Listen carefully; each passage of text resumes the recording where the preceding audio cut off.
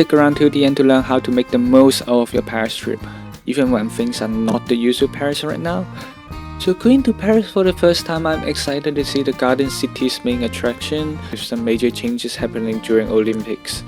Everyone knows about the Eiffel Tower, you can't really avoid it if you go to Paris, but you will be amazed when it glitters during the nighttime. It's gorgeous. So what's the problem? So first off, it's a lot more underwhelming during daytime. That's why a lot of people say it's overrated. It actually looks quite industrial, so not exactly the shiny artistic peaks you're expecting. Second off, you know, still pretty pictures with gardens in front of the tower.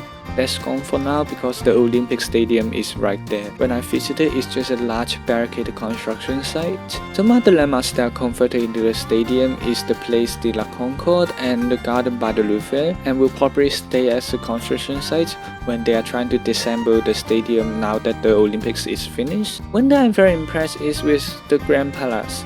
It's retrofitted into a fencing stadium, so if you're interested in architecture or interior design, go take a look. It's not every day that a historic landmark and building gets a makeover. That deserves some credit and appreciation. So, how do you get the best experience? So you might wonder, now that there's a lot of construction sites and the crowd, how to enjoy the Paris experience. So that's a pretty good solution I found. To visit some of these landmarks around the city, you should take a boat trip around River Seine. And I went on to it right at sunset, so I got to see the landmarks in the orange evening light and the night sky.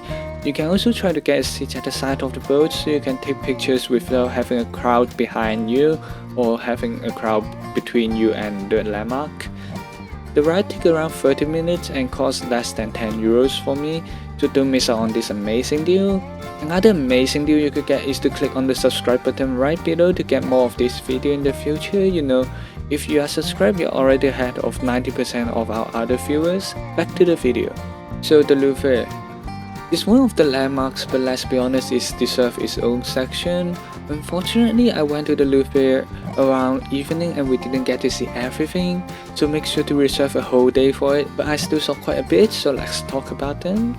We have the overrated Mona Lisa. It's very crowded to give a clear look, so it feels more like an attraction for you to take pictures and like a selfie than an art piece. But I mean, at least now I can confidently say that I've been there, it's overrated. Other famous pieces are the Venice di Milo, not the one that you could drink, the Winged Victory of Samothrace, and the painting Liberty Leading the People. Funny story, I also got a slight anxiety on my body look after my friends complimented on a statue which has a really nice backside and it's actually a male figure. So now I'm like, gosh, I need to slim down my waist, trim my glutes more. But yeah, that's just a funny incident during our visit. Another thing that I would like to talk about is morning walks. Do you ever wonder how Paris looks like without the crowd? It's worth it to wake up early in the morning to go take pictures of place.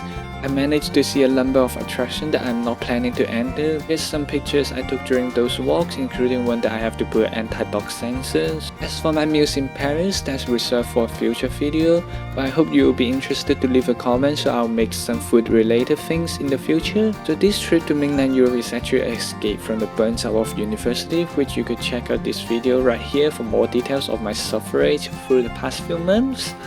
If you like this video, make sure to click on the subscribe button below and leave a like.